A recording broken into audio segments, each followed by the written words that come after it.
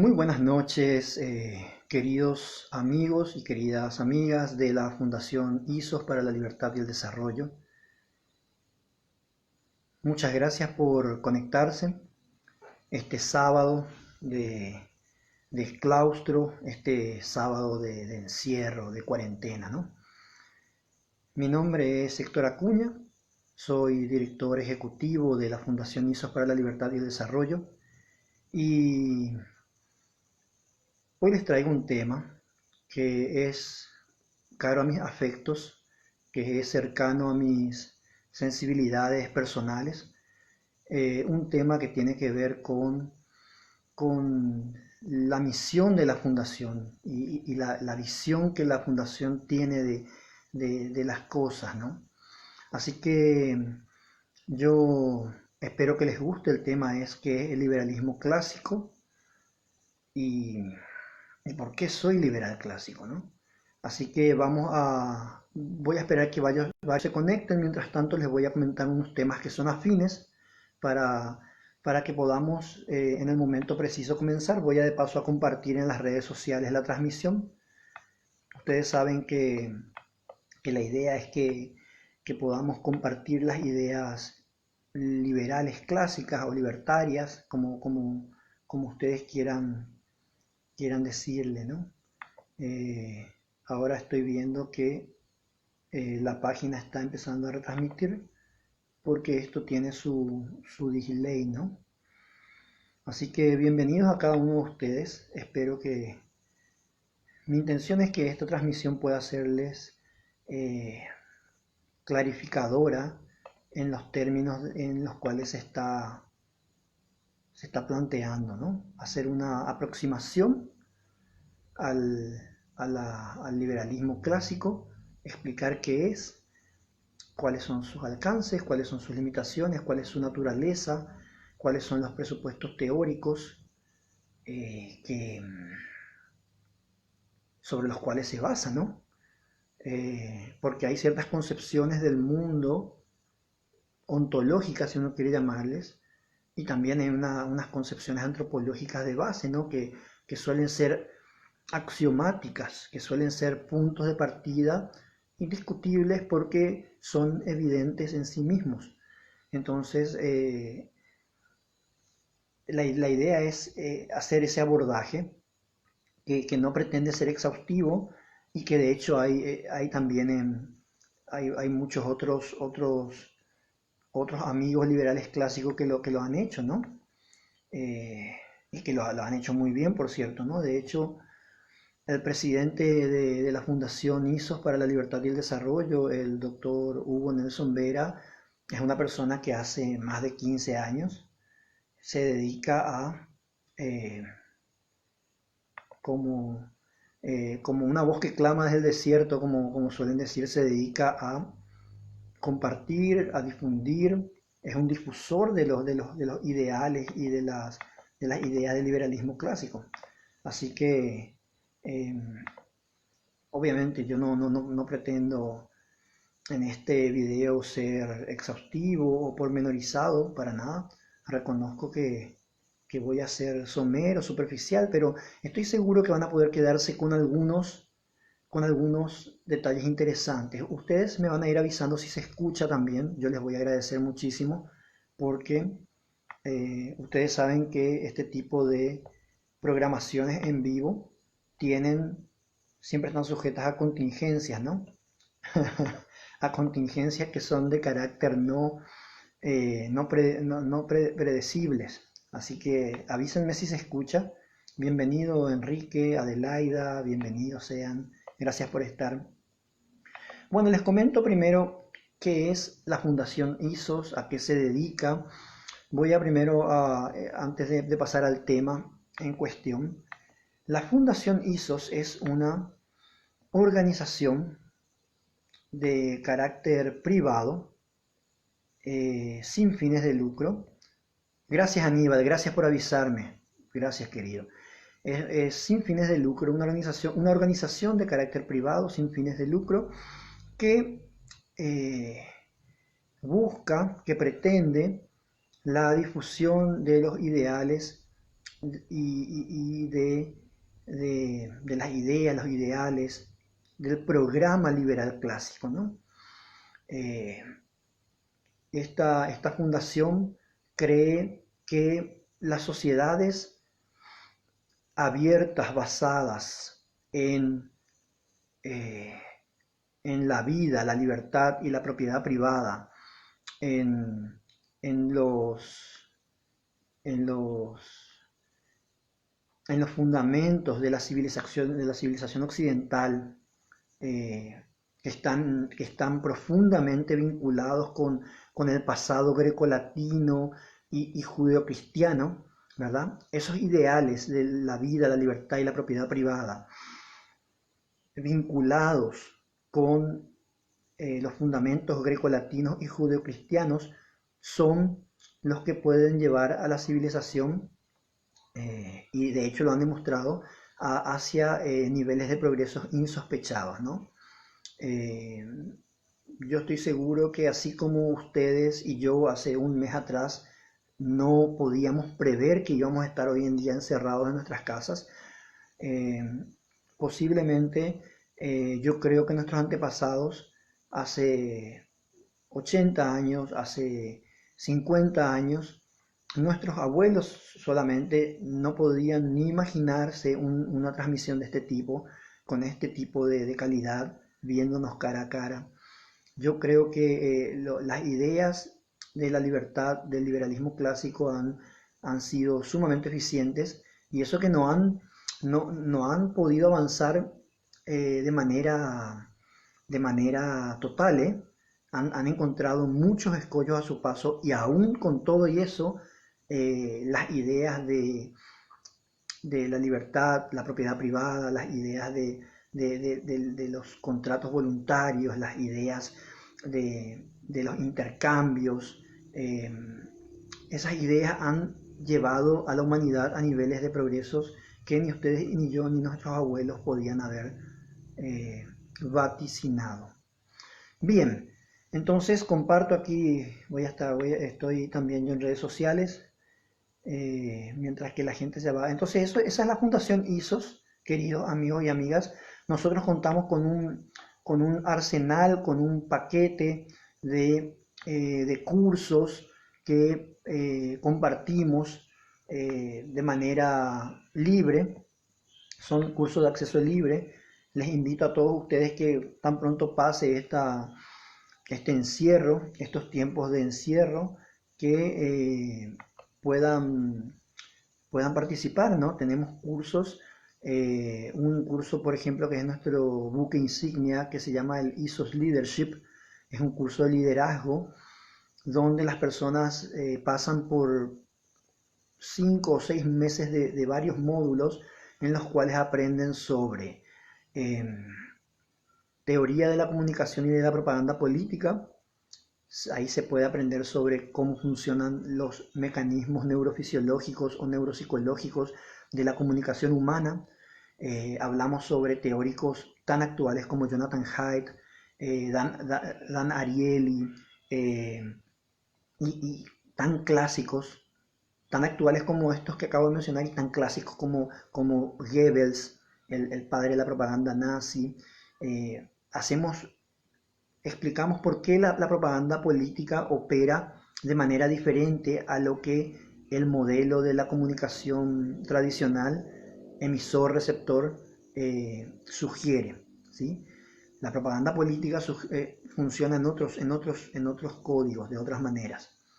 Bien, luego del módulo 1 que les acabo de mencionar, viene el módulo 2, que es de filosofía de la política. Hablamos fundamentalmente, entre varias cosas, de los, eh, lo que hay detrás de todas las filosofías, de las ideologías políticas, ¿no? Que es la filosofía que lo sustenta, las filosofías que tienen más que ver con respetar los órdenes espontáneos, o las que tienden más hacia los órdenes planificados, ¿no? El módulo 3 es de economía. Hablamos de todas las escuelas económicas, desde la escuela clásica de Grecia, hasta la escuela clásica propiamente dicha, ¿no? O sea, la escuela griega o de Atenas, la escuela clásica, hablamos de las ideas de Marx con respecto a la economía, en fin, y luego obviamente de la escuela austriaca, la escuela monetarista, o sea, pasamos por todo eso, ¿no? Ese es el tercer módulo, y el cuarto módulo es un módulo que se llama, luego de filosofía de la política, que era el segundo módulo. Este tercero módulo es correlativo en cierta medida. Hacer el segundo ayuda a entender el tercero, el cuarto, y el cuarto es ideologías políticas comparadas. Entonces ahí sí entramos de lleno en las ideologías políticas. En el módulo 2 era la filosofía detrás de las ideologías políticas. Bueno, ahora entramos en los programas. El programa nazi, el programa fascista, el programa eh, bolchevique, comunista bolchevique, ¿no? El programa, por ejemplo, liberal clásico, cada una de estas ideologías políticas, ¿verdad? Y los programas concretos que tienen, digamos, que ofrecer a la sociedad. Y otros más, ¿no? El nacionalismo, ¿verdad? Cada uno de ellos tiene sus... saludos, presidente Hugo Nelson Vera, un abrazo, gracias por el apoyo siempre, ¿eh? Y bienvenido a cada uno de ustedes, Vicente, eh, Aníbal, Klaus, bienvenidos. Ese es el cuarto módulo, como les decía. Entonces, hacer el segundo módulo de fundamentos o de la filosofía que hay detrás de la política ayuda a entender el cuarto. Y el quinto módulo es un módulo de retórica, ¿no? Donde cada alumno aprende cuáles son los resortes para poder comunicarse de manera efectiva, eficiente también, por supuesto, ¿no? Obviamente, uno puede ser muy efectivo diciendo 500 palabras, pero hay personas que con 2 palabras son efectivos y esas segundas personas son eficientes en su comunicación. Entonces, la retórica, ¿no? Y entender todo esto que tiene que ver con la erística, que es el arte de la discusión, del debate, de la confrontación, es el módulo 5. Yo le invito a todos a que puedan participar de estos cursos, talleres. Como les dije, más o menos duran 5 meses en promedio, un poco más, un poco menos. Las clases son sin exámenes, o sea, son muy dinámicas. Y bueno, es excelente el curso y se los digo por experiencia. Bien, ya estamos todos, al menos lo que estamos, así que bienvenidos. Me presento una vez más para los que están entrando. Yo soy Héctor Acuña, soy director ejecutivo de la Fundación ISOS para la Libertad y el Desarrollo. Eh, Soy experto en ciencias del comportamiento, tengo estudios de filosofía y de economía, y les agradezco mucho por participar. José Brites, los cursos son de acceso libre. No nos gusta decir que son gratuitos porque no existe nada gratuito, ¿no? Pero son cursos de acceso libre, o sea, pueden ir y participar del curso sin pagar nada, pero obviamente gratuitos no son. Ustedes pagan pasaje, nosotros también damos nuestro tiempo, así que sí, pero en el lenguaje coloquial son gratuitos, pero nos gusta decir acceso libre. Bien, hablemos entonces ahora del liberalismo clásico. Antes de entrar de lleno en el tema, voy a procurar hacer algunas precisiones previas para que mis palabras puedan entenderse dentro de ese contexto. Dentro de ese contexto. El liberalismo clásico también es conocido de otras formas. A mí me gusta decirle liberalismo moderado o liberalismo conservador. Y lo digo con todas las letras, conservador, porque más allá de que esa palabra esté hoy en día estigmatizada por la izquierda y por sus operarios, por sus propagandistas, la palabra conservador contiene toda una filosofía sumamente enriquecida por siglos de pensadores brillantes. Así que liberalismo conservador, liberalismo clásico, liberalismo moderado, ¿sí? Liberalismo clásico usualmente se le suele llamar porque estas ideas de la libertad están profundamente beben profundamente de los manantiales de la cultura clásica griega romana y de las fuentes de la cultura judeocristiana.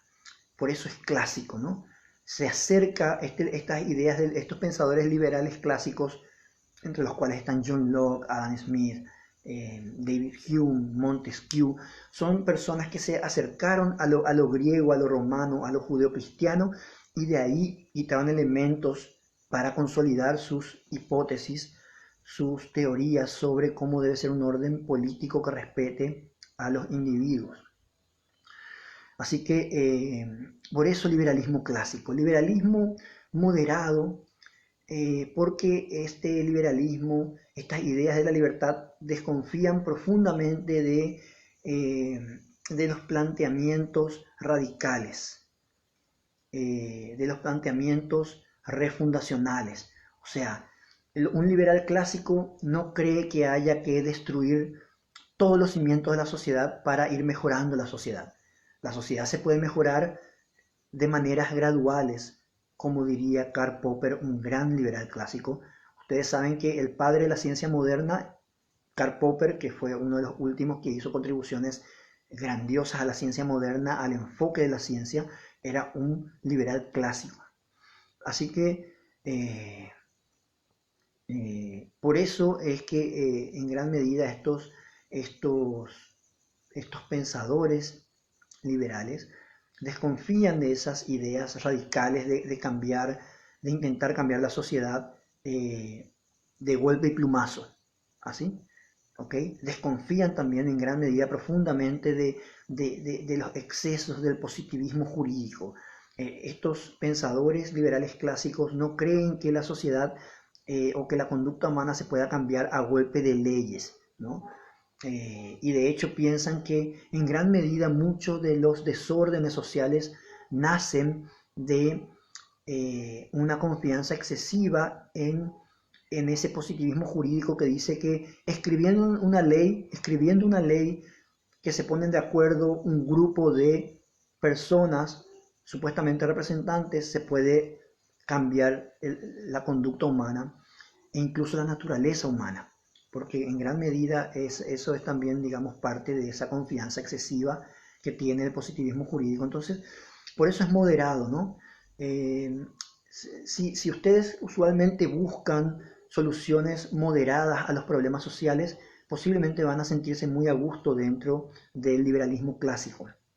Van a sentirse a gusto porque huimos de esas respuestas emocionales que buscan soluciones radicales, ¿no? Creemos que la sociedad se puede cambiar de formas graduales, progresivas, ¿ok? Me cuido con esa palabra porque hoy en día a veces se confunde con progresistas, ¿verdad? Pero de hecho, con el tiempo, si ustedes estudian esta teoría política y esta filosofía política, ustedes y yo se van a dar cuenta de que los progresistas son los liberales clásicos, ¿así? Y por último, entonces hablamos liberal clásico, ¿por qué? Liberal moderado, ¿por qué? Y por último, tercero, liberal conservador o conservador liberal. Que algunos dirían, eso es una contradicción en sus propios términos, pero no. Los liberales clásicos consideran que los seres humanos estamos dotados consustancialmente, intrínsecamente, de ciertos derechos inalienables que no nacen del contrato social, que no nacen de un acuerdo entre las partes, sino que son naturales de cada uno, con los cuales uno viene dotado y a los cuales hay que recibir como herencia, que son la vida, la libertad y el derecho a disfrutar de los frutos de nuestro propio esfuerzo, que es la propiedad privada. La propiedad privada sencillamente es el derecho que cada uno tiene de hacer usufructo, gozar, disfrutar de los frutos de su propio trabajo. Eso es la propiedad privada. Todo eso que se escucha por ahí es cháchara y es propaganda de izquierda. de la izquierda que no cree que la propiedad privada tenga que ser un derecho, ¿sí? En general, con todas sus gamas, ¿no? Con todos sus grises, esas izquierdas, ¿ok? Exactamente, Walter, esos derechos son inherentes a la persona. Buenísima la palabra. Entonces, ¿por qué entonces somos liberales conservadores? Porque en todas nuestras acciones políticas lo que nosotros buscamos es conservar esos derechos sin que sean atropellados por terceros. ¿Se dan cuenta qué interesante? Si nosotros creemos, sea como ustedes crean, algunos creen que estos derechos que son consustanciales o inherentes, como dice Walter Paredes, inherentes a la persona, si uno cree que esos derechos uno los recibe, uno puede decir, lo recibo de la naturaleza, vine dotado de ellos por la naturaleza. O uno puede decir, los recibí de un ser supremo. No importa, no importa de qué punto parta, uno ve ese tipo de derechos como una herencia que es consustancial a uno y que tiene que conservarla. ¿Ok? En gran medida esta es la tesis de Edmund Burke, un gran liberal conservador inglés que tiene un hermoso libro que se llama Reflexiones sobre la Revolución Francesa. Entonces, él critica ahí y él dice que de un pacto social, de un acuerdo por escrito, no nacen los derechos naturales. Los derechos naturales son previos al contrato social. Y eso es sumamente interesante. Eso es sumamente interesante. Si los derechos naturales de las personas a la vida, a la libertad y a la propiedad privada son previos al contrato social, entonces el contrato social lo que debería hacer es garantizar que esos derechos no sean traspasados, que esos derechos no sean atropellados por fuerzas externas, por terceros, o que, para decirlo en otros términos, que nosotros no atropellemos nuestros derechos naturales entre nosotros mismos. ¿Ok? Dicho eso, entonces arranco. El liberalismo clásico, ¿qué es? ¿Qué es el liberalismo clásico? El liberalismo clásico es una filosofía política. Eso quiere decir fundamentalmente, esencialmente, que un liberal clásico cree que solamente tiene sentido hablar de liberalismo, ¿verdad? Liberalismo, por cierto, político, en términos de convivencia social. Y ahí derrumbamos el mito de muchos propagandistas malintencionados que dicen que el liberalismo es atomista. Para nada. Si es una filosofía política. Hablar de libertad política para Robinson Crusoe o para Náufrago no tiene ningún sentido. Ustedes pueden hablar ahí de libertad natural, pueden hablar de libre albedrío, como quieran. Una persona sola en una isla no necesita el liberalismo clásico. El liberalismo clásico es tan necesario porque es una filosofía política que lo que busca es que a medida que cada persona persiga sus propios fines, no esté atropellando los derechos idénticos de terceros. Y saben que es muy interesante porque el liberalismo clásico no nace solamente de la especulación, sino que nace de las profundas vivencias de John Locke. John Locke, quien vivió allá por 1660, 1670, ¿sí? Y quien fue un protagonista fundamental de una de las revoluciones burguesas, que es la revolución de 1688, si no me equivoco, ustedes me pueden corregir, que es la revolución gloriosa de Inglaterra. Fue un espectador, aunque en ese momento no estaba en ese lugar, pero la vivió en cierta medida. John Locke vio cómo su padre, quien participaba en el ejército, vio cómo sufrió las consecuencias de las guerras religiosas. Entonces, en gran medida, esas guerras religiosas que eran descarnadas, que eran violentísimas, ¿no? ¿Por qué eran violentas? Porque los estados tenían posiciones ideológicas religiosas cerradas, ¿no? Y obviamente tenían un ejército a su disposición, ¿no? Es peligroso que una religión tenga un ejército, es muy peligroso. ¿Okay? Entonces, imagínense un estado religioso con ejército. Entonces esas guerras eran unas sangrías interminables y John Locke vio que su padre peleó en esas guerras. Entonces la pregunta que John Locke se hacía, bueno, ¿cómo podemos vivir de manera pacífica sin matarnos entre todos? Y él decía, bueno, en los asuntos, José Brites, muchas gracias, sale bien la transmisión, en los asuntos personales que tienen que ver con, por ejemplo, la elección de la religión, el Estado no tiene que meterse. Esa es su tesis de un gran libro que escribió allá por 1680, que se llama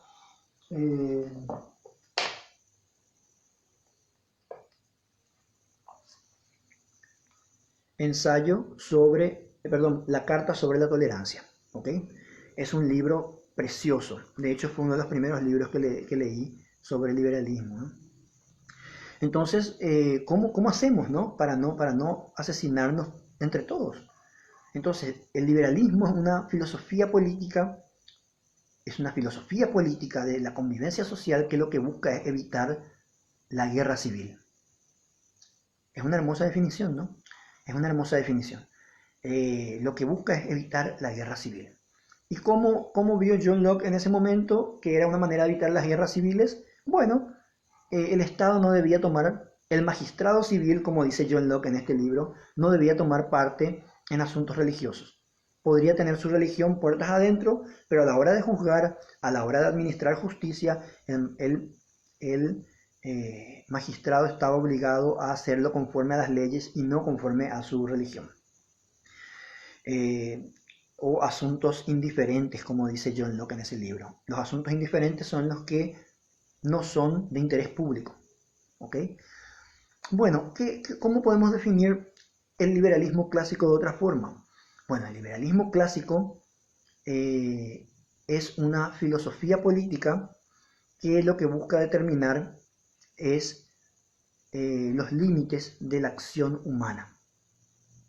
Esa definición a mí me fascina. Les soy franco, me vigoriza, me parece una definición tan acabada. ¿Qué quiere decir eso? ¿Cuáles son los límites de la libertad personal? ¿Ok? Entonces, ya esa segunda definición ya va a contrapelo, ¿ok? De la idea de que los liberales queremos desenfreno, licencia, libertinaje. Nada más alejado de la realidad. Si el liberalismo justamente es la doctrina política, la filosofía política, que lo que busca es determinar los límites de la acción humana en convivencia. Entonces, por definición estamos hablando de límites a la libertad. ¿Ok? De hecho, John Locke decía en su tratado sobre el gobierno civil, que es este libro, que también les recomiendo, que es una belleza, decía, donde no hay ley, no hay libertad. Entonces, por definición, los liberales creemos que existen límites a la libertad. Los que nos acusan de desenfrenados, de que promovemos el desenfreno, promovemos la licencia, el libertinaje, no saben de lo que hablan. Porque por definición, el liberalismo es la filosofía política que busca determinar los límites de la acción humana en convivencia. Y una tercera definición que tiene que ver con eso, y después comparto lo que me están diciendo por mensaje, es la siguiente. El liberalismo es la filosofía política o la teoría política que lo que busca es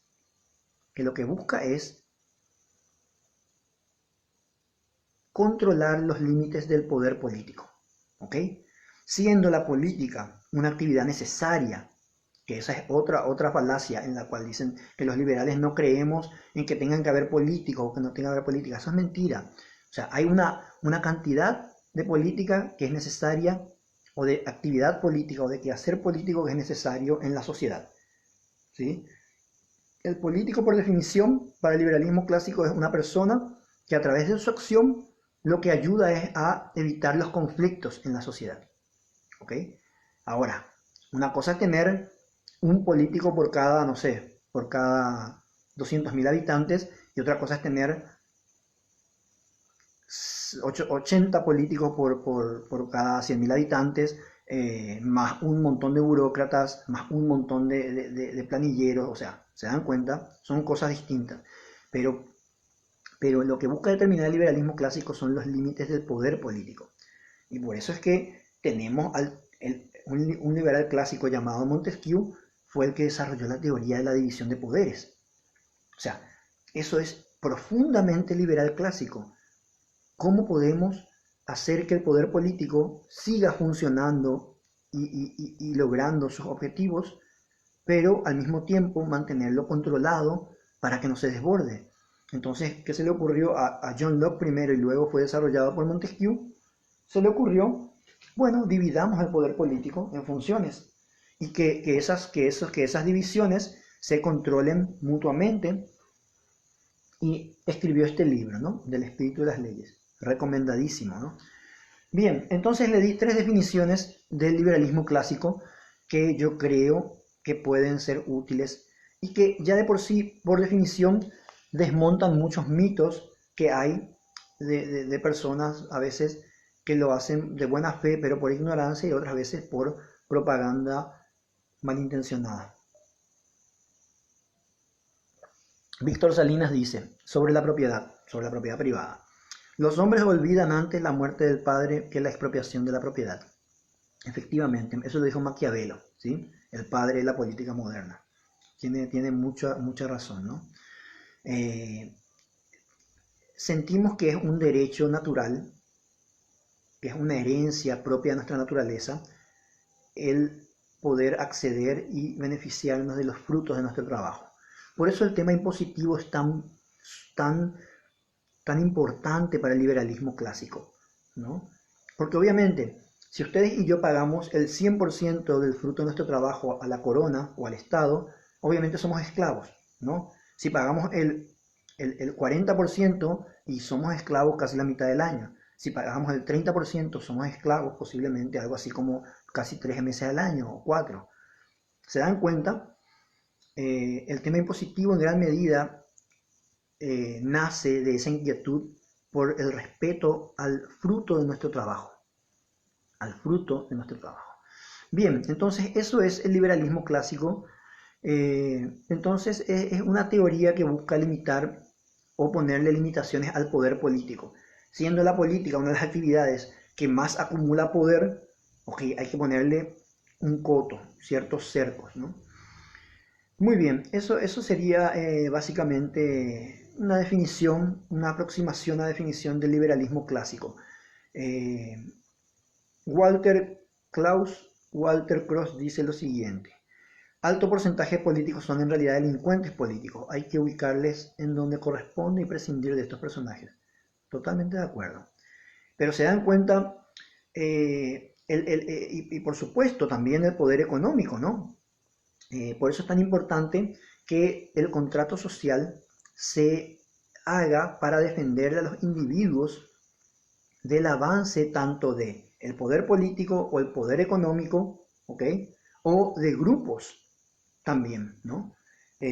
O de grupos, porque una persona puede ser atropellada en sus derechos fundamentales por un poder político, por un poder económico, ¿verdad? Estamos hablando de personas que tienen poder económico o de personas que tienen poder político, o también puede ser atropellado en sus derechos fundamentales por una masa de personas. O sea, puede ser linchado, puede ser asesinado en una plaza pública, sin siquiera tener un juicio o derecho a la defensa. ¿Ok? Entonces hay que escapar de ese lugar común de que solamente los derechos individuales, los derechos naturales de la vida, la libertad y la propiedad privada pueden ser atropellados por el poder político. Por supuesto, las constituciones usualmente tienen en gran medida ese papel, pero no solamente ese. Por eso es tan importante cuidar cómo se redactan las constituciones, porque uno puede abrir la puerta a todo tipo de tropelías contra los individuos, ¿no? Y sus derechos naturales. Muy bien, muy bien. Vamos ahora a unos presupuestos teóricos. ¿Cuáles son los presupuestos teóricos de los que parte el liberalismo clásico? ¿Okay? Porque muchas personas cuando dicen vos sos liberal se refieren, hablan en términos económicos, ¿no? Que uno está en contra de los impuestos excesivos o de las regulaciones.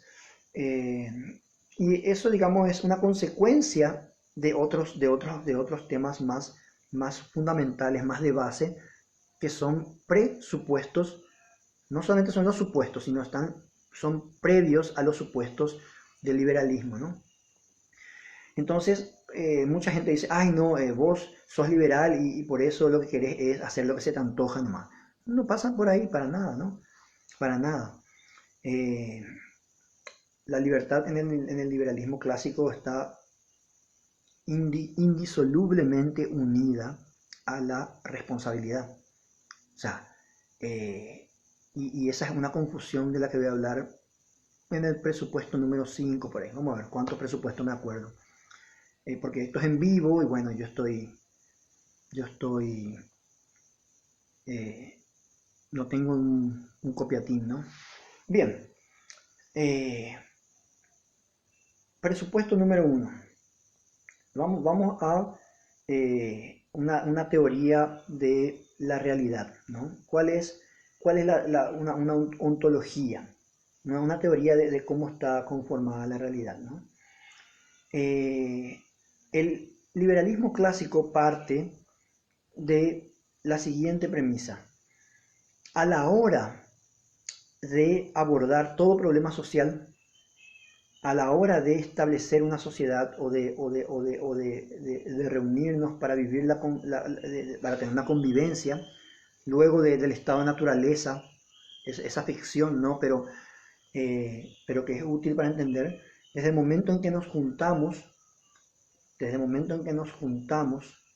para vivir juntos, nuestra línea de análisis, nuestro bloque de análisis fundamental tiene que ser el individuo.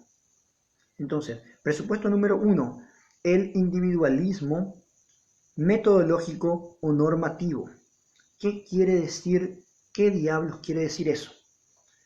Yo soy individualista, metodológico o normativo. Quiere decir lo siguiente, que nuestra unidad de análisis de todas las contingencias va siempre a partir de los individuos. Y esto es metodológicamente apropiado. Es metodológicamente apropiado porque si partimos de la masa para analizar las cosas, perdemos información. Las personas que estén familiarizadas con los métodos nomotéticos de investigación, los métodos muestrales, saben que hay un montón de información que se pierde a la hora de categorizar los problemas. ¿Okay? Por eso el liberalismo clásico parte del individuo o del individualismo metodológico o normativo. ¿Cuál va a ser la norma? El individuo. ¿Sí? Y eso trae una serie de confusiones, a veces deliberadamente o endiabladamente malintencionadas, maléficas, ¿no? De que los liberales clásicos o los liberales somos personas egoístas, que solamente pensamos en los individuos, ¿no? Y ese es un error porque partimos ya de que nuestra teoría política era una filosofía política que busca, digamos, la convivencia pacífica en el ámbito social, ¿no? Entonces ya partíamos de que nosotros sabíamos que había un ambiente comunitario social. Pero hay más que decir al respecto. Más allá del tema metodológico y del tema, digamos, de que es una filosofía política y de que no tiene sentido hablar de liberalismo clásico o liberalismo político para Robinson Crusoe, hay un punto fundamental de que el individuo tomado en términos normativos es el átomo de análisis de todo el ámbito jurídico, del ámbito jurídico. Si no se toma en cuenta a los individuos a la hora de hacer las leyes, vamos a tener leyes que van a atropellar los derechos de las personas. Por eso es tan erróneo hablar en términos colectivistas cuando hablamos de hacer constituciones o leyes, ¿no? Nuestra constitución tiene varios momentos colectivistas, ¿no? Cuando habla de los colectivos indígenas o los colectivos o otros colectivos, ¿no? O la discriminación positiva se le decía, pero también habla de eso, ¿no? en el artículo 47, ¿no? ¿Saben? Es un error, porque sucede que a medida que nosotros abordamos la realidad tomando poblaciones o colectivos, perdemos de vista a los individuos, incluso de esos colectivos, incluso, ¿no? Y les voy a dar un ejemplo sencillo, pero que es patente todos los días, ¿no? El Ministerio de Educación tiene que educar conforme a una malla curricular establecida en términos colectivos, de qué le va, de cuáles son los valores o cuáles son los contenidos cognitivos o digamos de conocimiento que tienen que tener todos los niños, ¿no?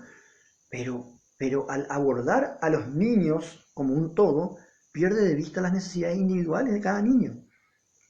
Y ese es porque el patrón de análisis de un Estado es necesariamente colectivista. Entonces, claro, enseñamos no sé cuántas horas de matemática, pero a lo mejor el niño A está más interesado en lengua. Y eso solamente, esa información está dispersa en la sociedad. Es imposible que el Estado pueda tenerla toda.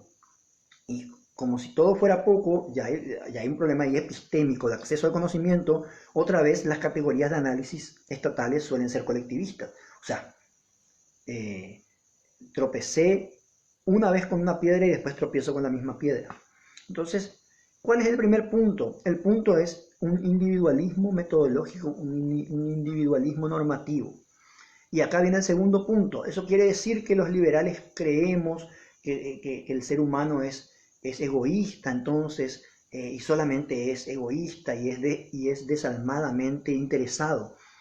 Pues no, porque si ustedes y yo leyéramos la segunda página del Tratado del Gobierno Civil de John Locke, nos daremos cuenta de que John Locke ya habla de que los seres humanos, si bien son personas que orientan sus acciones a satisfacer sus necesidades personales, apenas las empiezan a satisfacer, ya empiezan a preocuparse por los demás. Y es un imperativo consustancial de nuestra naturaleza, dice John Locke, que nos interesamos primero por los que están cerca. Esto lo dice John Locke, pero también lo dice luego Adam Smith en su teoría de los sentimientos morales. Entonces estoy hablando de dos grandes exponentes del liberalismo en general. Imagínense, entonces, el primer supuesto era ontológico. Nuestra manera de mirar, de abordar la realidad parte siempre del individuo. Individualismo metodológico, individualismo normativo. Y el segundo punto es una antropología. Los seres humanos no son lo que dijo Thomas Hobbes, que dijo que éramos lobos, que queríamos comernos al prójimo siempre. Mentira. Los seres humanos orientamos nuestras acciones conscientemente a satisfacer nuestras necesidades personales. Orientamos hacia nuestro propio interés. Eso es ético, eso es moral, es apropiado. Pero hay algo en nuestra naturaleza que hace que apenas hemos satisfecho las necesidades más básicas que tenemos, empecemos a preocuparnos por los demás. En círculos cada vez mayores. Primero nuestra familia, luego nuestros amigos, luego nuestra patria, nuestra comunidad, ¿ok? Entonces es natural que obviamente nos preocupen mucho más comprarle un celular a nuestro hijo que preocuparnos muchas veces por los niños en África. Eso es natural, es parte de nuestra naturaleza. Si bien hay gente que milita y lo hace y está muy bien, ¿verdad? No se le puede reclamar a los que no lo hagan porque por una condición cognitiva usualmente solemos preocuparnos por las necesidades nuestras primero y luego por las de los que están más cerca de nosotros. Eso es humano, es demasiado humano, diría Nietzsche, que no fue un liberal, pero es un buen filósofo, hay que leerlo sí o sí, ¿no? Entonces, ¿saben qué pasa con respecto a la satisfacción de nuestras necesidades individuales? Cognitivamente venimos equipados para solamente poder comprender primero nuestras necesidades y luego las que están alrededor de las personas alrededor de nosotros. O sea, por un tema de comunicación y cognitivamente no podemos acceder a esa información de los que están más lejos. Entonces es natural que nos preocupemos primero por nosotros, que sabemos lo que necesitamos, y por los que están cerca de nosotros, ¿sí? Entonces se dan cuenta que no es que el ser humano orienta su conducta a satisfacer sus necesidades por malvado, caprichoso, desalmadamente egoísta. No, lo hace porque no puede saber las necesidades de toda la humanidad. No pueden saber las necesidades de todo. O sea, yo no puedo saber lo que ahora necesita incluso mi vecino, ¿no? Puedo saber lo que necesita mi hijo, mi esposa, mi madre, los que están cerca mío, y yo. Entonces natural es que, obviamente, porque tengo acceso a ese conocimiento, procure satisfacer esas necesidades. Pero no sé lo que está pasando en China en este momento. Entonces, sí, Adam Smith habla de que el altruismo es consubstancial a la naturaleza humana, ¿verdad? Pero siempre en círculos concéntricos cada vez más grandes. Primero nosotros mismos, cuidarnos a nosotros es una benevolencia necesaria, porque no podemos beneficiar a otros si no nos cuidamos a nosotros mismos. Entonces eso es parte de la prudencia, dice Adam Smith en este libro, que les recomiendo leer, y no se van a arrepentir si lo leen, les prometo. Yo si no les devuelvo el monto del costo del libro, en este libro que se llama La teoría de los sentimientos morales. Estamos en el punto 2, en el presupuesto 2, antropología, ¿ok? Primero vimos ontología, ahora vimos antropología. Fíjense en lo siguiente. Yo les dije que John Locke mencionaba que en la página 2, para que se den cuenta nomás hasta qué punto hay lastimosamente mucha tergiversación, digo bien. Página número 5 del segundo tratado sobre el gobierno civil de John Locke. Cada uno está obligado a preservarse a sí mismo y a no abandonar su lugar por propia voluntad. Así, por esta misma razón, quien no deba competir para asegurar su propia preservación, deberá entonces por todos los medios preservar la del resto de la humanidad. John Locke. ¿Ok? Entonces, automáticamente cuando ya nos hemos preservado nosotros, hemos satisfecho nuestras necesidades más básicas, empezamos a mirar al costado, a ayudar a los demás. Es cierto que Adam Smith en la página 40 y algo de su Riqueza de las Naciones hablaba sobre que los seres humanos, página 46, yo le diría a mis amigos socialistas que lean más allá de la página 46 también, ¿no? Y que lean además este libro de Adam Smith, que es La teoría de los sentimientos morales, pero en la página 46 hablaba que los individuos procuramos buscar nuestro propio interés, naturalmente. No es la benevolencia del carnicero, el cervecero o el panadero lo que nos procura nuestra cena, sino el cuidado que ponen ellos en su propio beneficio, en su propio interés. No nos dirigimos a su humanidad, sino a su propio interés. Y jamás les hablamos de nuestras necesidades, sino de sus ventajas. O sea, cuando yo me voy a comprar pan, no le digo, che, sé bueno panadero, dame pan. No, le digo, mira, acá tengo dinero, que te va a servir este dinero para pagarle la escuela a tu hijo. ¿Ok? Y ahí él me da el pan y yo le doy el dinero y él con ese dinero puede pagarle la escuela a su hijo.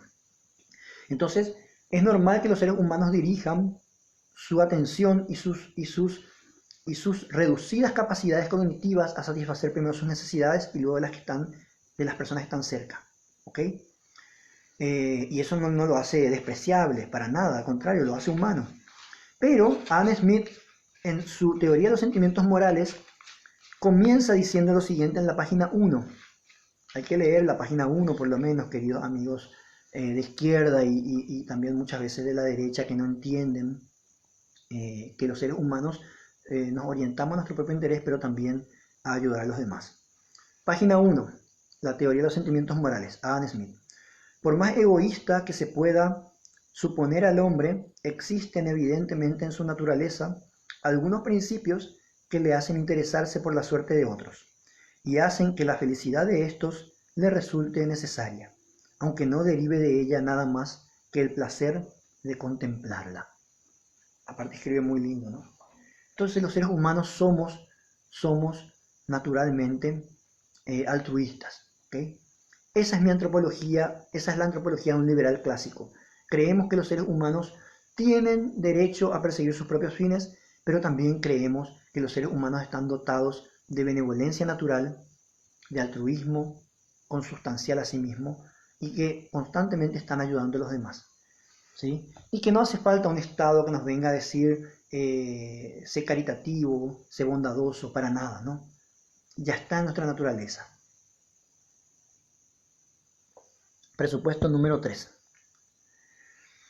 Dado que nuestra ontología, nuestra manera de entender la realidad es limitada, nuestra epistemología o nuestra manera de conocer la realidad tiene que no solamente recurrir a la razón, porque desde Francis Bacon, que es uno de los padres teóricos de la ciencia moderna, pero también fue un precursor del liberalismo clásico, desde Francis Bacon, digo bien, ya los liberales han desconfiado siempre de conocer la realidad solamente a través de la razón.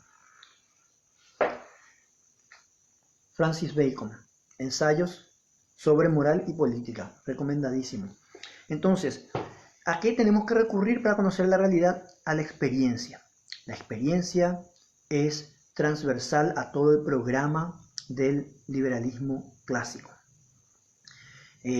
Por eso el liberalismo clásico desconfía de la razón, ¿sí? Porque nos puede hacer errar mucho, porque es el febril sueño adolescente de toda persona poder ordenar la sociedad conforme a sus retorcidas hipótesis de qué es lo correcto y qué es lo bueno, de qué es lo moralmente apropiado. ¿Ok? Por supuesto, toda persona tiene derecho a tener sus ideas, pero nuestra piedra de toque, yo no sé si ustedes conocen la historia de lo que es una piedra de toque. Antes, para poder saber si algo era oro o no, había una piedra por la cual se rayaba el supuesto oro, y si marcaba de cierta manera, era oro, si no, era oro falso. Nuestra piedra de toque para saber si nuestras ideas son correctas es la realidad, es la experiencia. Y esto está en la médula del liberalismo clásico. De hecho, John Locke no solamente es el padre del liberalismo filosófico, liberalismo político, sino que es el padre del empirismo, de que accedemos al conocimiento a través de la experiencia. ¿Ok? Entonces, Adam Smith, John Locke, David Hume, liberales clásicos, y de hecho los más modernos como Karl Popper, todos creen que los seres humanos somos racionales, pero creen que nuestra racionalidad es limitada. Nuestra racionalidad es limitada. Por lo tanto, la manera en que podemos ser más exactos a la hora de abordar la realidad es por medio de la experimentación, de la experiencia, ¿sí? Se dan cuenta cómo de hecho el modelo popperiano es profundamente liberal porque considera que la experiencia, que las hipótesis, que son ideas previas, ¿ok? Tienen que ser, digamos, tienen que pasar el filtro de un diseño metodológico que pueda filtrarlo con experiencias meticulosamente planificadas, ¿ok? Por eso se llama diseño experimental, ¿ok? Una hipótesis, una idea que tengo de la realidad, paso por los filtros de una serie de experiencias diseñadas. Y Popper es un liberal clásico, ¿ok? Que de hecho escribió sobre filosofía política también, sobre liberalismo político, y les recomiendo sus libros. Enseguida les voy a mostrar algunos libros. Bien, entonces ese sería el presupuesto 3, ¿ok? Los seres humanos, como dice John Locke, nacen con la posibilidad de ser racionales, pero a la hora de ir procurando desarrollar sociedades cada vez más efectivas, cada vez más progresistas en el buen sentido, no en el sentido de la izquierda, que es un mal sentido, sociedades cada vez mejores, tenemos que apelar a la experiencia. ¿Por qué apelamos a la experiencia? Sencillamente porque nos basamos en nuestra ontología, nuestro punto uno. Si no podemos conocer a todos los seres humanos al mismo tiempo, no accedemos a toda la información que hay en la sociedad. Entonces tenemos que ir por ensayo y error, por tanteo, ¿sí? Por eso no creemos en hacer tabula rasa de los órdenes sociales. No creemos en eso de vamos a cambiar la constitución para que mejore la sociedad. Ese discurso, si funcionaba, Venezuela iba a ser una potencia mundial. Cambió 32 veces de constitución en 200 años. Es peligroso cambiar las reglas de juego de golpe, y el 100% de las reglas de juego. Podemos cambiar, reformar las constituciones de a poco, enmendarlas, mejorarlas. Pero lo que funciona tiene que mantenerse. En ese sentido, el programa de liberalismo clásico es reformista y no es refundacional. Es gradualista, ¿ok? Y no es tabula rasa. ¿Se entienden? Esas palabras son muy importantes porque cuando Popper hablaba de ingeniería social utópica, hablaba de, por ejemplo, el marxismo, el nacionalsocialismo. Pero cuando hablaba de ingeniería social gradual o gradualista, hablaba de la democracia. ¿Cómo podemos, a través de la democracia, una democracia que respete los derechos individuales, por supuesto, porque las democracias pueden atropellar los derechos individuales peor que un tirano? Entonces, ¿cómo podemos ir reformando y mejorando la sociedad de maneras graduales? Haciendo un arreglo por aquí, una enmienda por allá y mejorando, ¿no? Desconfiamos de esas maneras así radicales de querer cambiar la sociedad. Y eso tiene mucho que ver porque nuestro conocimiento es limitado. Por eso recurrimos y apelamos a la experiencia. Es el presupuesto 3, ¿ok? Una consulta, David Leal Jerez. ¿Cómo se materializa tu liberalismo? Lo creó la división de los tres poderes del Estado. Sí, y efectivamente, de hecho, una de las maneras en que se materializa el liberalismo hoy en día es que la mayoría de los estados modernos poseen contrapesos al poder, que es la teoría de la división de poderes, ¿no? O como lo dice Montesquieu, que desarrolló la teoría de Locke. Tomó de Locke eso y la desarrolló del espíritu de las leyes, en su libro del espíritu de las leyes, y lo dice de una forma hermosa, ¿no? Él dice, hay que disponer las cosas de tal modo que el poder frene al poder. Anoten esa frase, la pueden ponerle un marco, es hermosa, ¿no? Dispongamos las cosas de tal modo que el poder frena al poder. ¿Se dan cuenta cómo el liberalismo entonces es una teoría que lo que busca es los límites del poder político también? ¿Ok? O de la acción política. Bien, entonces, otra manera en cómo se materializa el liberalismo a través de las constituciones, ¿verdad? Desde la Carta Magna, que era la Carta Magna, o a ese tipo de, antes a las constituciones se le llamaban Carta de Derechos, o Bill of Rights, Carta de Derechos, que lo que decía era qué cosas el soberano o el rey no podía hacer de las personas. No podía llevarle a la horca sin un juicio previo, no podía atropellar sus propiedades privadas, no podía asesinarle impunemente, ¿ok? Cartas de derechos. Bajo ese mismo espíritu se hizo la Declaración de los Derechos del Hombre y del Ciudadano en la Revolución Francesa, pero luego eso se desmadró y terminó en una tropelía que no fue para nada liberal y fue mucho más parecida a un socialismo que a un liberalismo clásico. Ok, presupuesto 3 entonces. Acabamos de decir ahora, ¿sí? Era una teoría del conocimiento. vamos a partir, vamos a ir a otro punto ahora que podríamos definir como el siguiente. Los seres humanos son libres, ¿para qué? Para perseguir sus propios fines. Entonces, el presupuesto 4 podría decirse de la siguiente manera, y esto tiene mucho que ver con la ética kantiana. ningún ser humano es un medio para otros fines. Todos los seres humanos son fines en sí mismos. Entonces, los liberales clásicos creemos, considerando el individualismo normativo o metodológico, creemos que los individuos son fines en sí mismos y que no deben ser coaccionados ni instrumentalizados por terceros para otros fines que no sean los de ellos. Esto es bastante importante, ¿no? Porque si algo nos ha demostrado la historia, la triste historia muchas veces es que los seres humanos no han sido considerados como fines en sí mismos, sino como medios para otros fines. ¿Ok? Entonces, es cierto que eso a nivel social puede pasar muchas veces de maneras espontáneas, ¿no? Claro, pero no es lo mismo que te use tu amiga para olvidarle a su novio, a su exnovio, a que te use el Estado y te obligue a irte a una guerra, a morir. ¿Se dan cuenta? O sea, obviamente cuando el Estado te usa como un fin, como un medio, las consecuencias son terriblemente peligrosas, ¿no? Porque el Estado está definido de manera clásica como un grupo de personas, el Estado es un grupo de personas que detentan monopólicamente eh, el, el uso de la violencia considerada legítima.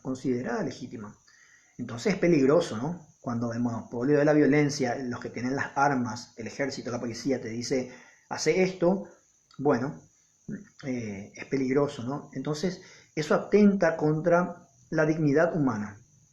Si podemos definir la dignidad humana de alguna forma, sería como que los seres humanos son fines en sí mismos y no son medios para otros fines.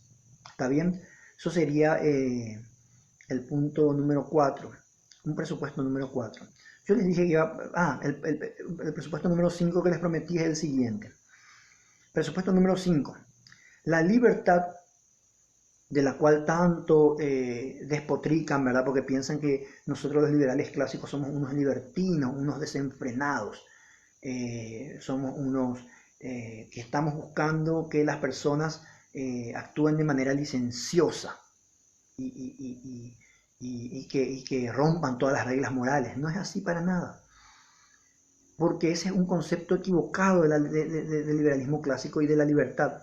Los liberales clásicos no creemos que la libertad sea un medio, sino que la libertad fundamentalmente es un producto de la civilización. La libertad es una consecuencia de nuestro actuar basado en reglas de justicia, en reglas que respeten no solamente a nosotros mismos, sino a los demás, que respeten su vida, su libertad y su propiedad privada. Fíjense lo siguiente, yo lo pongo en los siguientes términos axiomáticos. La libertad no es un medio, sino que la libertad es una consecuencia. Y les voy a dar un ejemplo sencillo. Si yo, cuando actúo, al terminar mi actuación en un tema X, al terminar esa actuación, yo tengo menos libertad que antes, entonces esa no fue una decisión liberal. ¿Se entiende? Si yo cuando acabo de actuar termino con menos opciones que antes, termino con menos libertad para actuar que antes, esa no fue una opción liberal. Evidentemente, sos un poco más esclavo de tus acciones y de las consecuencias de tus acciones que antes. ¿Ok? Esto tiene mucho que ver porque los randianos, y ni siquiera digo Ayn Rand, porque a veces los discípulos son más peligrosos. Los discípulos son, ¿verdad? Son los que en realidad generan las confusiones y no los padres de ciertas teorías o de ciertas doctrinas. Muchos randianos creen que la libertad es una cuestión desmesurada, ¿no? O sea, yo puedo hacer lo que se me antoje, mientras que yo apechugue, qué sé yo sea la persona perjudicada y no perjudicar a terceros, ¿no? Pero evidentemente, si algo nos indica la experiencia personal y la experiencia de la historia, es que si usted tomó una decisión y al terminar esa decisión usted tiene menos opciones que antes, usted no ha sido muy liberal, que digamos, ¿no? O sea, se supone que lo que nosotros buscamos es tomar decisiones y al terminar esas decisiones estar en mejores condiciones que al haber comenzado. Y en mejores condiciones quiere decir con mejores opciones, con más opciones, ¿se entiende? Entonces, por supuesto, no podemos coaccionar a una persona para que no se drogue, ¿verdad? O para que no tome malas decisiones, entre comillas, hablando en términos un poco coloquiales. Pero si podemos decirle a algo mala decisión, es a una decisión que nos dejó más atados de manos al final que al principio. Yo no sé si esto tiene sentido para ustedes, pero es un axioma muy interesante y que los conservadores yo creo que entienden muy bien, ¿no? Cuando Edmund Burke habla de la libertad viril, esa es la palabra que usa, la libertad viril, él habla de las personas que son tan disciplinadas para no tomar decisiones estúpidas que luego tengan que lamentar y que les dejen menos libres que al principio.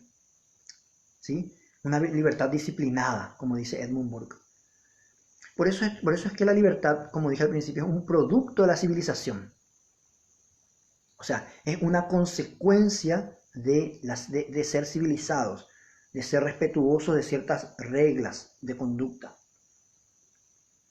Esto es muy interesante y por eso es que coincidimos con los conservadores, no con los liberales conservadores, sino con los conservadores de que hay ciertas tradiciones, folclore, de hecho, las religiones que respetan a los individuos, ¿no? Por supuesto, que en esos sentidos, en esas tradiciones, pueden ser espacios de libertad muy importantes.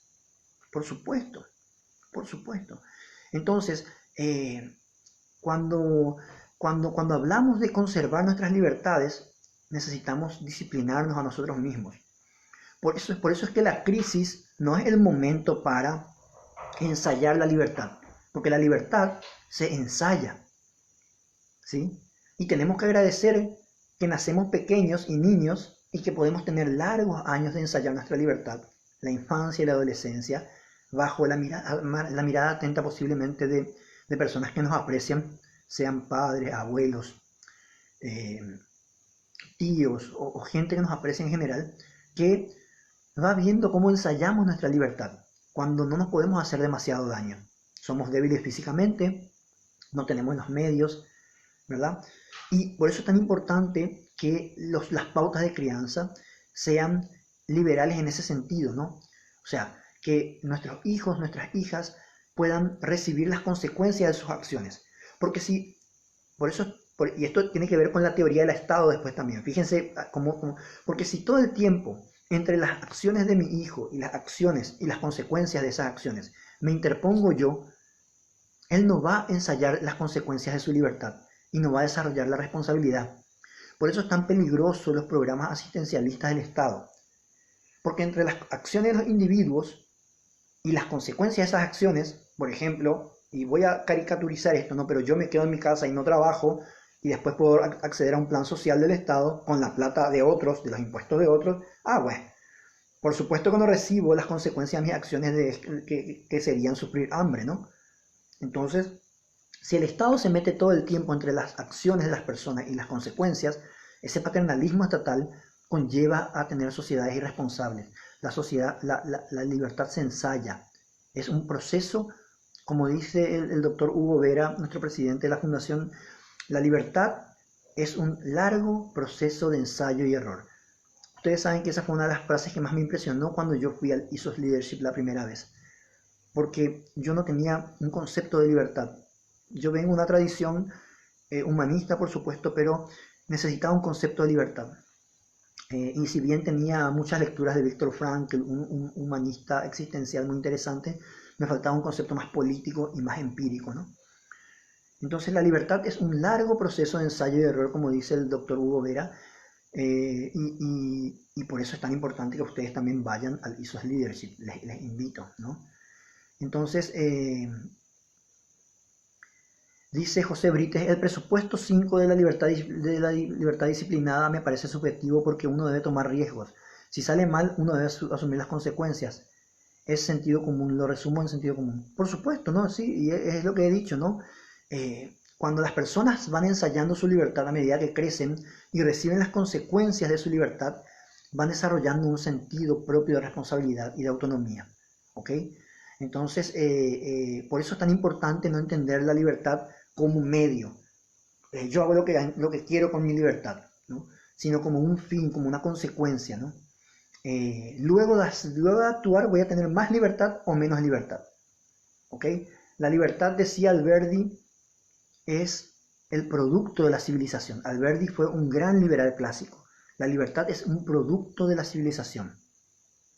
Es el largo parir de una civilización. ¿Ok? Y ahí ustedes pueden darse cuenta de que es un proceso de ensayo y error. Y también la libertad personal. No solamente la libertad de los pueblos. Entonces tenemos sociedades como la sociedad suiza o de Suecia, que por ejemplo ahora, luego de que han ensayado su libertad por siglos, son sociedades que pueden disciplinarse y pueden mantener sus actividades comerciales sin contagiarse demasiado con el COVID-19. Pero es porque son disciplinados, pero porque tienen una tradición de disciplina histórica, como sociedades también, no solamente como individuos. Entonces ese efecto es acumulativo. Ese aspecto es acumulativo, así como en gran medida nosotros recibimos los beneficios de los esfuerzos de nuestros padres, como herencia, sin darnos cuenta. Así también, si es que somos disciplinados como personas y eso se convierte en masa crítica a nivel poblacional, tenemos sociedades cada vez más disciplinadas y por lo tanto también más libres. Entonces, ese sería un presupuesto número 5, pero esto se está extendiendo mucho. Así que voy a ir digamos, redondeando. Hay más presupuestos. El número 6 podría ser el siguiente. El liberalismo clásico es profundamente igualitario, pero profundamente igualitario, porque parte de que todos los individuos son intrínsecamente, son moralmente iguales. No hay un individuo más valioso que otro. O sea, de hecho la palabra individuo, indivisible, dice mucho sobre nosotros. Somos indivisibles, somos únicos. Por lo tanto, como todos somos morales, somos moralmente iguales, como todos somos sustancialmente en nuestra naturaleza humana iguales, por lo tanto eso tiene que llevarnos a un régimen político donde se nos apliquen las mismas reglas. Eso es fundamental. Entonces, el liberalismo clásico parte de una igualdad moral entre los seres humanos, para luego pedir un régimen político que ponga reglas iguales para todos, para el poderoso, para el menos poderoso, para el político, para el albañil. Todos tienen que estar sujetos a las mismas leyes. Brillante. Walter Paredes dice, no brota un sablazo. Esa es la frase de Alberdi. Es verdad. La civilización y la libertad no brota de un sablazo, sino que es el lento parir de las civilizaciones. Bien, entonces, como los seres humanos somos iguales en nuestra naturaleza moral, somos moralmente iguales, se nos deben aplicar las mismas reglas. Por eso es tan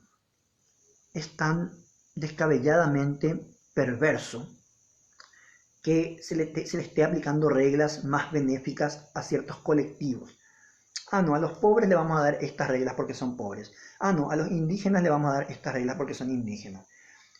Lo que está diciendo el burócrata de turno al querer legislar para estos sectores poblacionales y darle beneficios por ley que no son para el resto, es que esas personas son inferiores. Le está tratando como si fueran mascotas.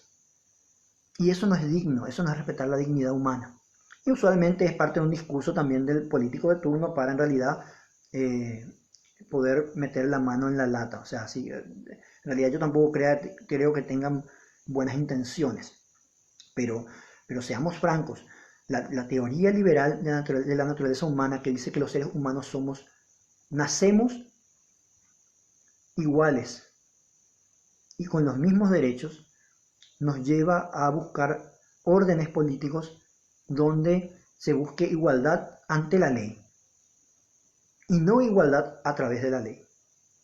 O sea, procurar igualar a las personas a través de la ley es no reconocer su dignidad humana, no reconocer que ellas son iguales al resto.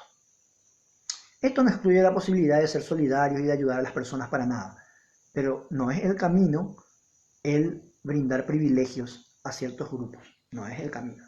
De hecho, termina mucho, mucho peor, lo decía Alexis de Tocqueville, que es un gran liberal clásico también. Bueno, con presupuestos tengo más, pero esto son 8:15, ya esto ya va para la hora y media casi. ¿Quiénes son los teóricos? Teóricos antiguos y modernos. Bueno, yo ya les hablé de Francis Bacon. Hay que leerlo, el padre de la ciencia moderna en gran medida, con su inductivismo, pero fue un gran paso adelante. No digo un gran salto adelante porque eso suena comunista, ¿no? Pero fue un paso adelante, un gran paso para la humanidad, Francis Bacon, ¿no? Un inglés, y en él se basaron mucho John Locke y los demás, ¿no? Bueno, como les mencioné, John Locke, hay que leerlo. Esta es su carta sobre la tolerancia, les va a encantar. Ya les dije a Adam Smith, y les voy a mencionar ahora, por supuesto, a Alexis de Tocqueville, La democracia en América. Hermoso libro, precioso, un liberal clásico de primer nivel, hay que leerlo. Si quieren leer a un francés, pueden leer por supuesto a Montesquieu, ¿verdad? Liberal clásico. Pero otro francés que es sumamente importante es pero este es un libro, es una joya que tengo, es un libro de Bastiat, ¿sí? Frédéric Bastiat, que este libro se llama Armonías Económicas, y esta edición es de 20 años después de que falleció Bastiat, una edición española. La tapa es de madera, el lomo es de cuero, o sea que tiene 150 años aproximadamente, fácil. Otro día les cuento cómo conseguí. Armonías Económicas de Bastiat. Y bueno, por supuesto, un liberal clásico que tienen que leer también es David Hume. David Hume es fundamental, es muy buen texto. David Hume, Tratado sobre la naturaleza humana. Vamos rápido. Les dije que hay que leer a Edmund Burke, un liberal conservador, un liberal clásico también. Y entre los más modernos, La sociedad abierta y sus enemigos, de Karl Popper. Recomendadísimo. Este libro todavía me impresiona. Es un libro fuertísimo. Les va a encantar, va a cambiar su manera de ver la acción política, la actividad política, porque es un libro espectacular. Y otro liberal clásico también, o moderado, es Milton Friedman, padre del monetarismo, ¿verdad? Premio Nobel 1976 de Economía, por supuesto. Y este libro se llama Libertad de elegir. Libertad de elegir.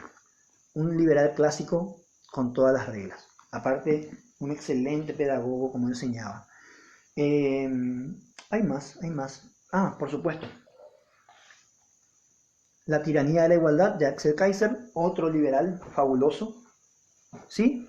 Y también les recomiendo leer a Alberto Venegas Lynch, liberal clásico también, Límites al poder. Límites al poder. Esa es una frase muy liberal clásica, ¿no? ¿Quién manda? Los límites al poder. Muy bien. Bueno, ¿cómo me hice liberal clásico? Y estoy en proceso. Yo les tengo que reconocer que todavía yo soy el primer alumno de la fundación. Todavía lo soy. Más allá de que sea uno de los capacitadores certificados y que hoy me desempeño como director ejecutivo, yo soy un liberal clásico en proceso, todavía. Me olvidé decirles que lean a Hayek. Por favor, lean a Hayek, otro liberal clásico fantástico, ¿sí? Camino de servidumbre, les va a encantar. ¿Cómo me hice liberal clásico? Bueno, ustedes deberán saber que yo era un chico con muy buenas intenciones, hasta ahora lo soy, creo. Era un chico, un socialista soft, hace 15 años atrás. Un socialdemócrata de buenas costumbres. Me encantaba leer a Rodrigo Quevedo. Después podés escribir los nombres de los libros. Sí, por supuesto, Rodrigo, vamos a escribirlos. Me encantaba leer a Eduardo Galeano. ¿ok? Pero de a poco me di cuenta de que no llegaba a estar del todo satisfecho con la visión de la izquierda con respecto a la manera de ordenar una sociedad. Y por cierto, tenía una visión muy romántica de cómo hacerlo. Entonces, gracias a un amigo historiador, eh, un gran amateur de la historia, que me decía, mira, Galeano, Eduardo Galeano tergiversa la historia. Entonces empecé a leer las críticas que tenía Mario Vargas Llosa, que es un liberal clásico, sobre Galeano. Y eso me llevó a leer un libro de Vargas Llosa que se llama Desafíos a la Libertad. Al mismo tiempo empecé a leer a Montesquieu y luego a John Locke. Y en serio, vi la luz. Quizá eso suene un poco dogmático, ¿no? Pero yo les invito a hacer ese proceso personal.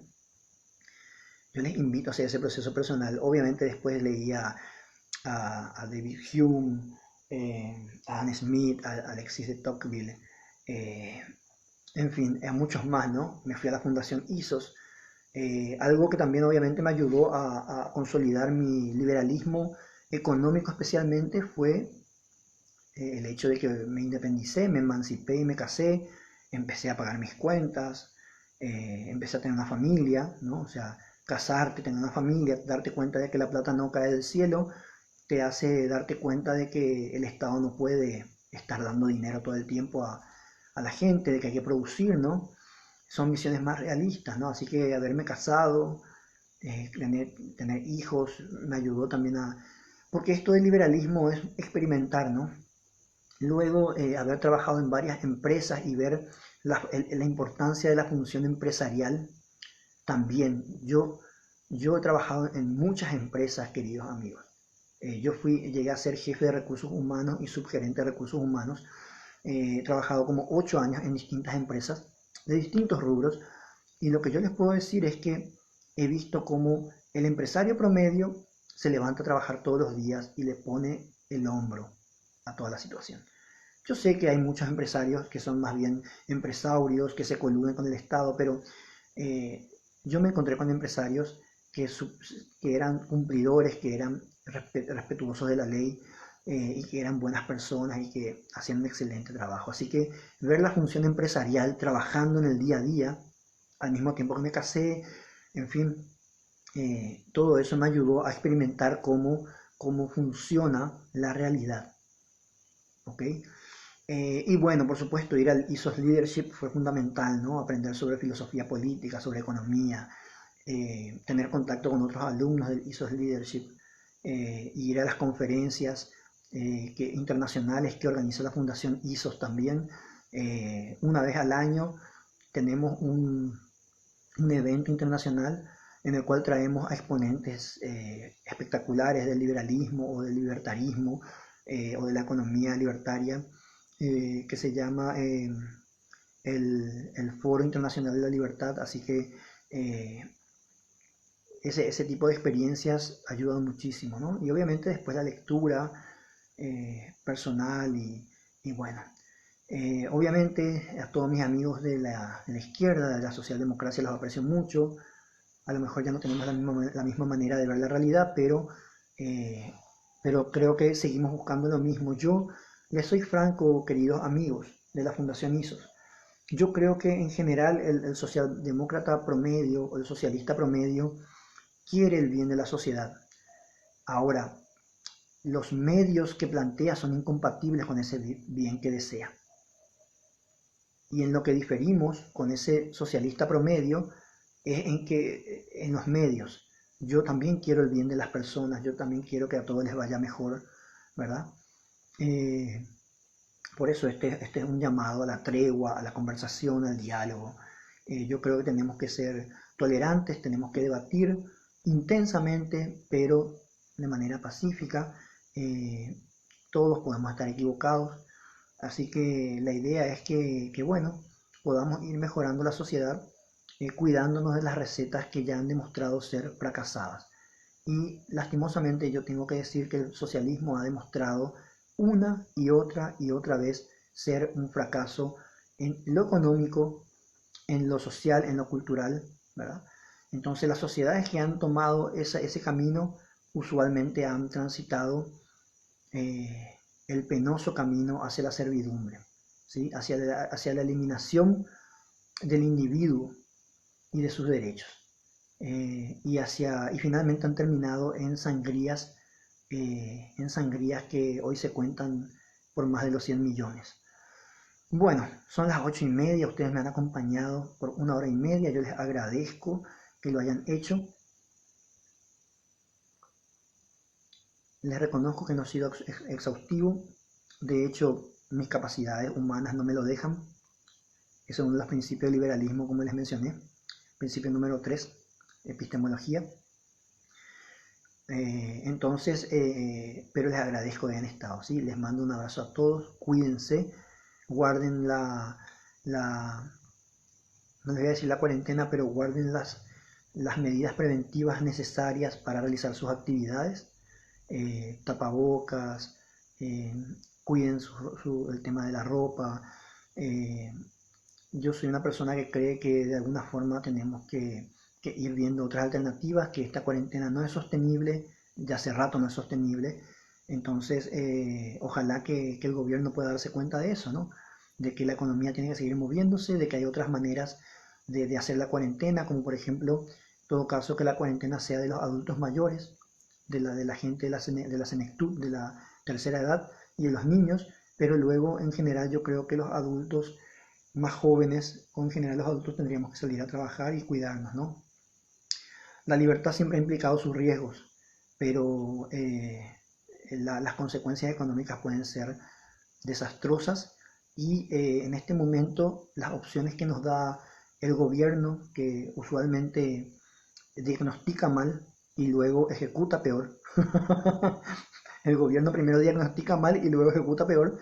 Las opciones que nos da hoy en día el gobierno son o morirnos de coronavirus o morirnos de hambre, ¿no?